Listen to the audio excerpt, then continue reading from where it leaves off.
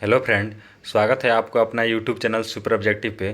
दोस्तों, मैंने साइंस का जो सीरीज़ शुरू किया है उसका आज चौथा वीडियो है। इसके पहले हमने 3 वीडियो डाल दिया है। अगर आप उसे नहीं देखे हैं तो उसे भी देख लें, क्योंकि इसमें एनसीईआरटी कक्षा 6 से 12 तक का सभी क्वेश्चन कवर किया गया है, जो आने वाले किसी भी एग्ज़ाम के लिए बहुत ही इम्पोर्टेंट क्वेश्चन है। तो आप इसे करते रहिए।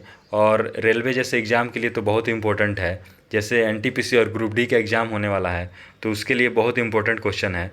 तो चलिए देखते हैं। आज का जो मेरा पहला क्वेश्चन है, मानव कलाई में नाड़ी स्पंदन करती है। तो दोस्तों, मानव की जो कलाई होती है उसमें नाड़ी स्पंदन करती है। तो कैसे करती है, तो देखते हैं ऑप्शन में क्या क्या है। हृदय गति से तीव्र, हृदय गति से मंद, हृदय से भिन्न दर पर, हृदय के समान दर पर। तो दोस्तों, ये मानव कलाएँ जो होती है उसमें नाड़ी स्पंदन जो करती है वो बिल्कुल हृदय गति के समान करती है, हृदय के बिल्कुल समान दर पे। इसीलिए डॉक्टर जो होते हैं वो नाड़ी पकड़ के चेक करते हैं, उससे पता चलता है कि आपकी जो हृदय की गति है वो समान दर पे है या नहीं। तो इसको याद रखना। अगला क्वेश्चन जो है, सीमेंट फैक्ट्री के मजदूरों को कौन सी बीमारी होने की संभावना रहती है। तो दोस्तों, सीमेंट फैक्ट्री के जो मजदूर होते हैं उनको एक बीमारी हो जाती है, जो फेफड़े की बीमारी होती है, उसको बोलते हैं साइटोसिलिकोसिस। दोस्तों, साइटोसिलिकोसिस बीमारी जो होती है, फेफड़े की बीमारी होती है, जो सीमेंट फैक्ट्री में काम करने वाले मजदूरों को हो जाती है। तो अगला क्वेश्चन देखते हैं, निम्नलिखित में से किस प्रक्रिया में ऊर्जा मुक्त होती है। तो दोस्तों, मानव जब श्वसन करता है तो उस प्रक्रिया में ऊर्जा जो होती है वो मुक्त होती है। अगला क्वेश्चन देखते हैं, निम्नलिखित में से किसे कोशिकीय श्वसन भी कहा जाता है। तो दोस्तों, कोशिकीय श्वसन किसे कहते हैं, तो ऑप्शन में क्या है, अंतः श्वसन, बाह्य श्वसन, अनाक्षी श्वसन, ऑक्सी श्वसन। तो दोस्तों, कोशिकीय श्वसन जो होती है अंतः श्वसन ही होती है, तो इसलिए इसको अंतः श्वसन भी कहते हैं।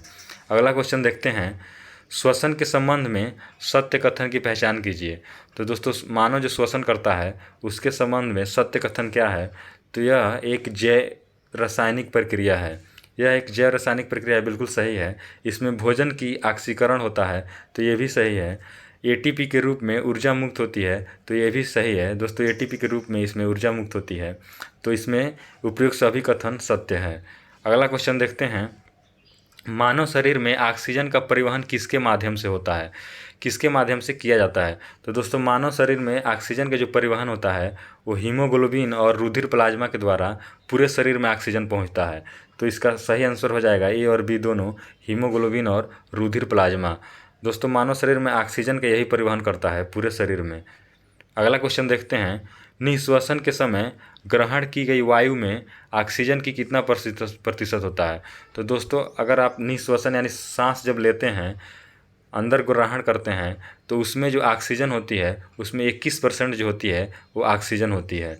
और दोस्तों, जब आप छोड़ते हैं श्वसन तो इसमें 17% ऑक्सीजन निकलती है।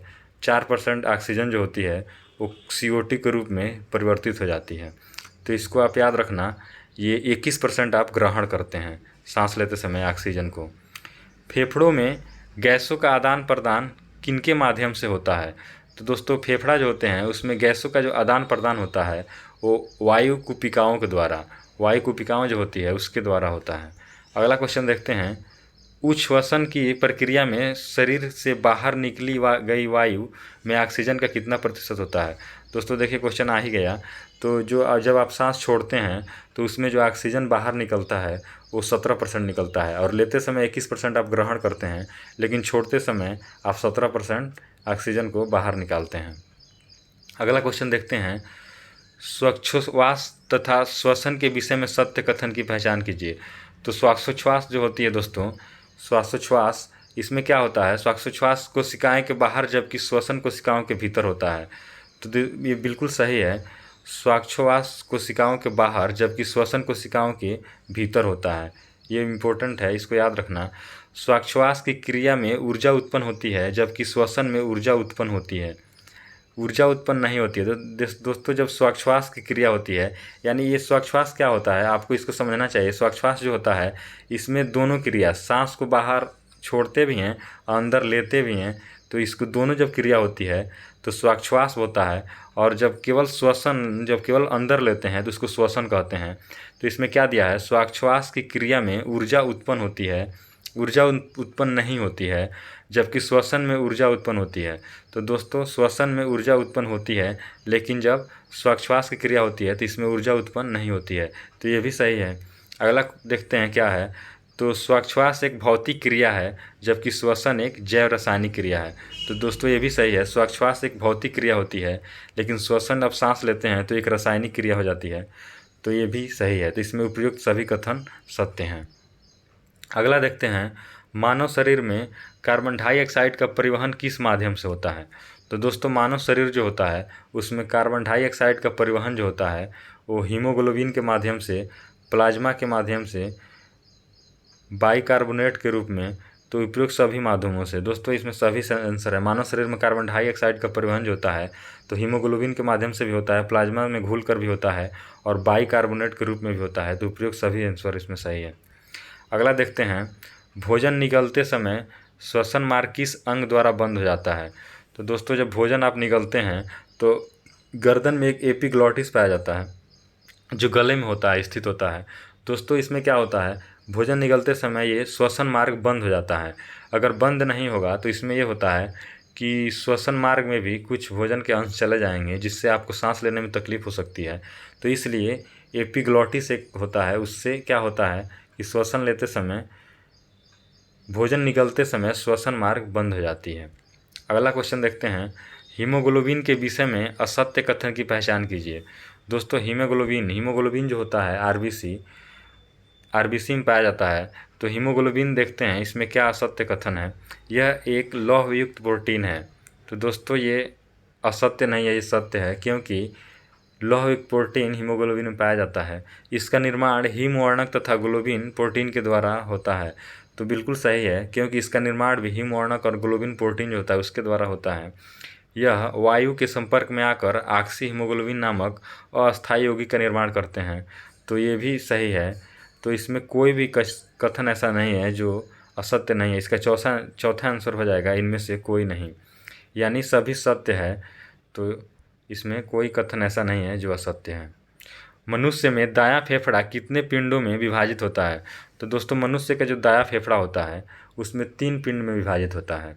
और दोस्तों मनुष्य का जो फेफड़ा होता है वो बायां हिस्सा जो होता है उसमें आपका हृदय स्थित होता है। तो इसको भी याद रखना, मनुष्य के दाएं फेफड़े पिंडों में कितने, तो 3 पिंडों में विभाजित होता है।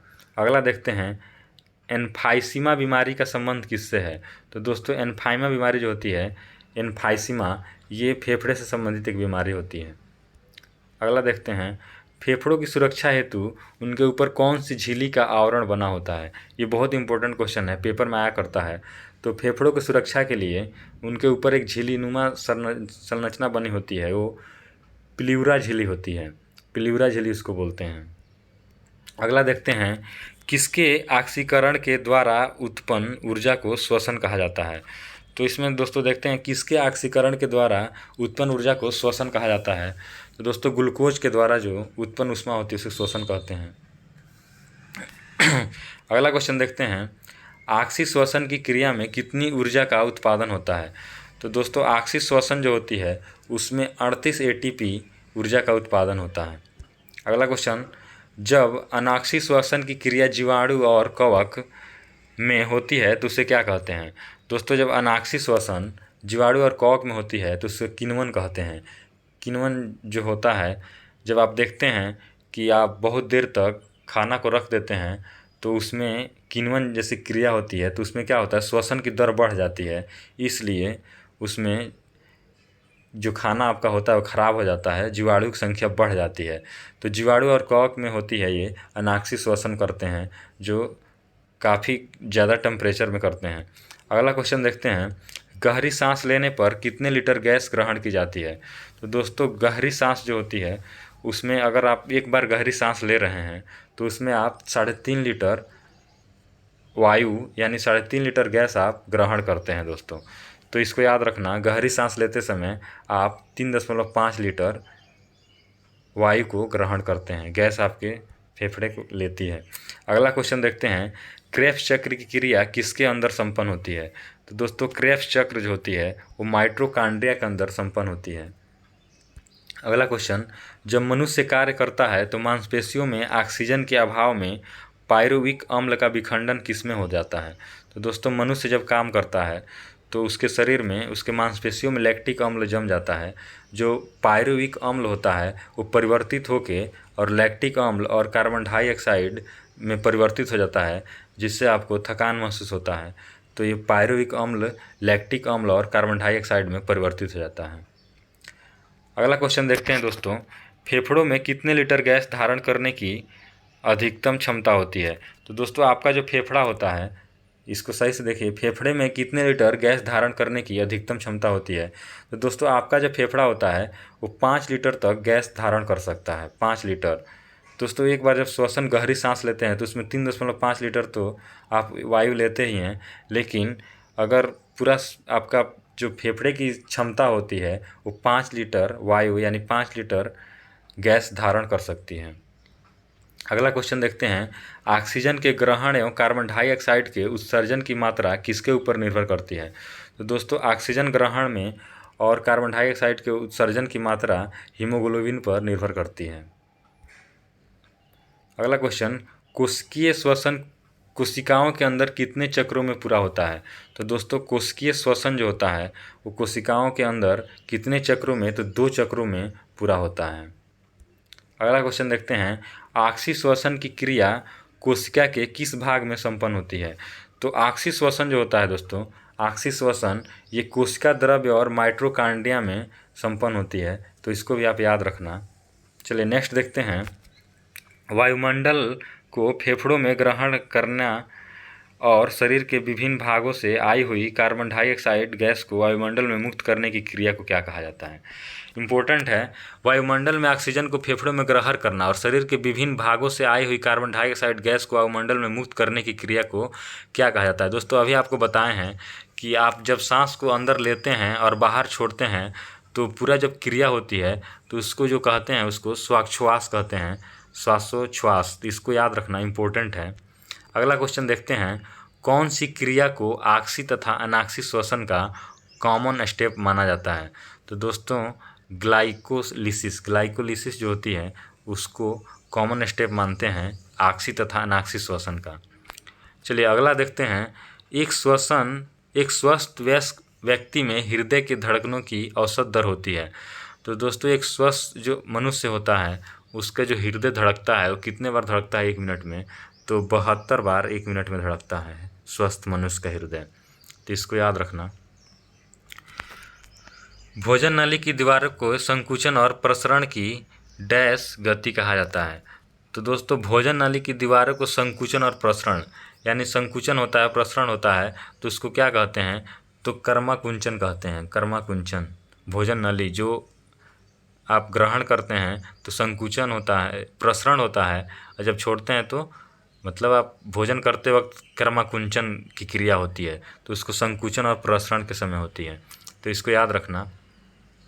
चलिए अगला क्वेश्चन देखते हैं, एंजाइम एक क्या है? तो एंजाइम एक जो है, एंजाइम एक जैव उत्प्रेरक होता है दोस्तों, एंजाइम एक जैव उत्प्रेरक है। अगला क्वेश्चन देखते हैं, मानव तंत्र में निम्नलिखित में से कौन सा एक पाचक एंजाइम नहीं है? तो दोस्तों मानव तंत्र में जो होता है इसमें कौन सा पाचक एंजाइम नहीं है? तो दोस्तों ये ट्रिप्सिन जो होती है ये भी पाचक एंजाइम है जो प्रोटीन का पाचन करती है। ये टाइलिन होती है ये भी पाचक एंजाइम है जो आपको लार में पाई जाती है। और ये पेप्सिन होती है ये भी पाचक एंजाइम होती है, लेकिन ये गैस्ट्रिन जो होती है ये पाचक एंजाइम नहीं है। तो आप इसको याद रखना, इसका सही आंसर जो हो जाएगा वो पाचक एंजाइम कौन सा नहीं है? तो गैस्ट्रिन जो है वो पाचक एंजाइम नहीं है। चलिए अगला क्वेश्चन देखते हैं, लार किसके पाचन में मदद करती है? तो दोस्तों लार जो होती है वो स्टार्च जो होता है स्टार्च के पाचन में मदद करती है। लार में दोस्तों टाइलिन नामक जो तत्व पाए जाते हैं उससे क्या होता है, स्टार्च जो होता है स्टार्च का पाचन होता है, तो आप इसको याद रखना। अगला क्वेश्चन देखते हैं, शरीर के किस भाग में पितरस का उत्पादन होता है? तो दोस्तों शरीर के यकृत में पितरस का उत्पादन होता है, यकृत में यानी लीवर में होता है पितरस का उत्पादन। अगला क्वेश्चन देखते हैं, पित्त जमा होता है दोस्तों लीवर जो होता है वो पितरस का उत्पादन करता है, लेकिन पितरस जो होता है वो जमा कहाँ होता है, तो पित्ताशय में जमा होता है। इसको आप याद रखना, इम्पोर्टेंट है, आप लीवर ना कर देना। जमा जो होता है पित्ताशय में होता है, लेकिन इसको उत्पन्न कौन करता है, तो लीवर करता है। वसा का पाचन करने वाला एंजाइम लाइपेज निम्नलिखित में से किसके द्वारा स्रावित होता है। तो वसा को जो पाचन करता है एंजाइम वो किसके द्वारा स्रावित होता है, तो यकृत के द्वारा। अगला क्वेश्चन देखते हैं, लाइपेज द्वारा वसा के जलीय अपघटन पर मिलता है। तो दोस्तों लाइपेज द्वारा वसा के जलीय अपघटन में जो मिलता है वसीय अम्ल और ग्लिसरॉल मिलता है। चलिए नेक्स्ट देखते हैं, निम्नलिखित में से कौन सा कार्बोहाइड्रेट के पाचन का प्रमुख अंतिम उत्पादन होता है। तो दोस्तों कार्बोहाइड्रेट जो पाचन होता है तो उसमें अंतिम जो बनता है वो ग्लूकोज में परिवर्तित हो जाता है, जिससे मानव को ऊर्जा मिलती है। तो कार्बोहाइड्रेट पाचन के बाद ग्लूकोज में परिवर्तित हो जाता है। नेक्स्ट देखते हैं, शरीर का कौन सा अंग रक्त के शुद्धिकरण से संबंधित है। तो दोस्तों शरीर का जो गुर्दा होता है, किडनी होता है, वो रक्त का शुद्धिकरण करता है। तो किडनी बहुत इंपॉर्टेंट पार्ट होता है शरीर के लिए। तो गुर्दे जो होते हैं वो शरीर का रक्त जो होता है उसको शुद्ध करता है। तो इसको आप याद रखना। वर्मी फार्म अपेंडिक्स एक है। तो वर्मी फार्म एक अपेंडिक्स है अवशेषी अंग का। तो दोस्तों एक अवशेषी अंग है वर्मी फार्म अपेंडिक्स। मानव शरीर में क्षुद्रांत्र के 3 संरचनात्मक भागों की लंबाई का कौन सा सही ह्रासवान क्रम है। तो दोस्तों ये सशांत्र, मध्यांत्र, ग्रहणी। मानव शरीर में जो क्षुद्रांत 3 संरचनात्मक भागों में लंबाई में कौन सा सही ह्रासवान क्रम है। तो दोस्तों सबसे पहले सशांत्र, फिर मध्यांत्र, फिर ग्रहणी। तो इसको याद रखना। अगला क्वेश्चन देखते हैं, निम्नलिखित में से कौन सा एक पाचन तंत्र की भित्तियों से तेज गति से अवशोषित होगा। तो दोस्तों ये मदिरा के रूप में लिया गया अपरिष्कृत अल्कोहल। दोस्तों ये जो होता है मदिरा के रूप में जो आप अल्कोहल लेते हैं तो ये क्या होता है, बहुत तेज़ी से पाचन तंत्र में अवशोषित हो जाता है। तो इसको आप याद रखना। अगला क्वेश्चन जो है, जीवित प्राणियों के शरीर में होने वाली निम्नलिखित में से कौन सी एक प्रक्रिया पाचक प्रक्रिया है। तो दोस्तों जीवित प्राणियों के शरीर में होने वाली निम्नलिखित में कौन सी एक प्रक्रिया पाचक प्रक्रिया है। तो ग्लूकोज का CO2 और H2O में विघटन होता है। तो यही पाचक प्रक्रिया है। अगला देखते हैं, दांत मुख्य रूप से बने होते हैं। तो दोस्तों दांत जो होते हैं वो इनेमल से भी बने होते हैं और ये डेंटाइन से भी बने होते हैं। तो दांत जो बने होते हैं वो डेंटाइन के होते हैं। इसमें सही ऑप्शन डेंटाइन हो जाएगा, क्योंकि इसमें पूछा है दांत मुख्य रूप से बने होते हैं तो डेंटाइन के बने होते हैं। लेकिन दांतों की जो हड्डी होती है इनेमल की बनी होती है। तो इसको भी आप याद रखना। पितरस में कौन सा पित्तवर्णक उपस्थित होता है। तो दोस्तों पितरस में बिलिरुबिन और बिलिवर्डिन ये पित्तवर्णक उपस्थित होता है। तो ये और भी दोनों सही है। तो ये ऑप्शन ये हमेशा क्वेश्चन पेपर में बहुत बार पूछा है कि पितरस में कौन सा पित्तवर्णक उपस्थित होता है। तो अगर एक ऑप्शन दे बिलिरुबिन तो ये भी सही है, और दूसरा ऑप्शन बिलिवर्डिन दे तो दोनों सही है ये। तो इसको याद रखना। निम्नलिखित में से कौन सा पाचक हार्मोन छोटी आंत में स्रावित होता है। तो दोस्तों छोटी आंत में जो स्रावित होता है सिक्रेटिन, वो पाचक हार्मोन होता है। तो इसको याद रखना, सिक्रेटिन। चलिए दोस्तों आज का कंप्लीट हुआ वीडियो। सभी इम्पोर्टेंट क्वेश्चन हैं, आप इसे कर लीजिए और याद कर लीजिए, क्योंकि आने वाले पेपर के लिए बहुत इंपॉर्टेंट है। ऐसे ही क्वेश्चन पेपर में आते हैं। अगर आप इसे नहीं कर रहे हैं तो करते रहिए, क्योंकि सभी इम्पोर्टेंट क्वेश्चन हैं। और आप अगर चैनल को सब्सक्राइब नहीं किए हैं तो सब्सक्राइब भी कर लीजिए, क्योंकि आपको ऐसे ही क्वेश्चन मिलते रहेंगे। तो धन्यवाद दोस्तों।